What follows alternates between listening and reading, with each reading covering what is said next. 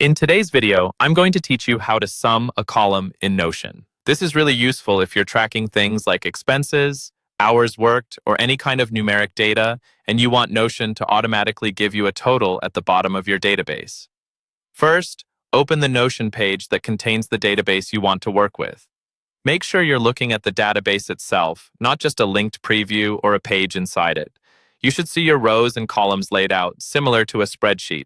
Next, identify the column that holds the numbers you want to add up. This needs to be a number property in Notion. If you hover over the column header, you'll see the property type displayed, and it should say something like number. If it's not a number property yet, you can click the column header, change the property type to number, and then confirm that your values are actually numeric, not text. Now, move your mouse down to the very bottom of that number column, just under the last row of data.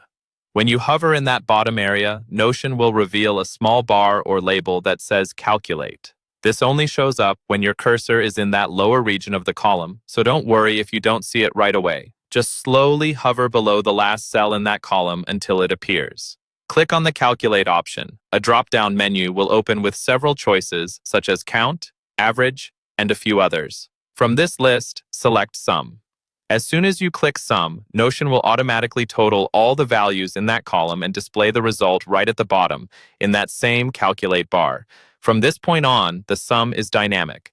That means if you add new rows with numbers in that column, edit existing values, or delete entries, the total will update automatically. You don't need to refresh the page or click anything else. If you ever want to change the calculation later, just hover over that total again, click on the Sum label, and choose a different option from the drop-down, like average or maximum. But as long as you keep it on sum, you'll always see the up-to-date total for that column. And that's all you need to do to sum a column in Notion using the built-in Calculate feature at the bottom of a number property column.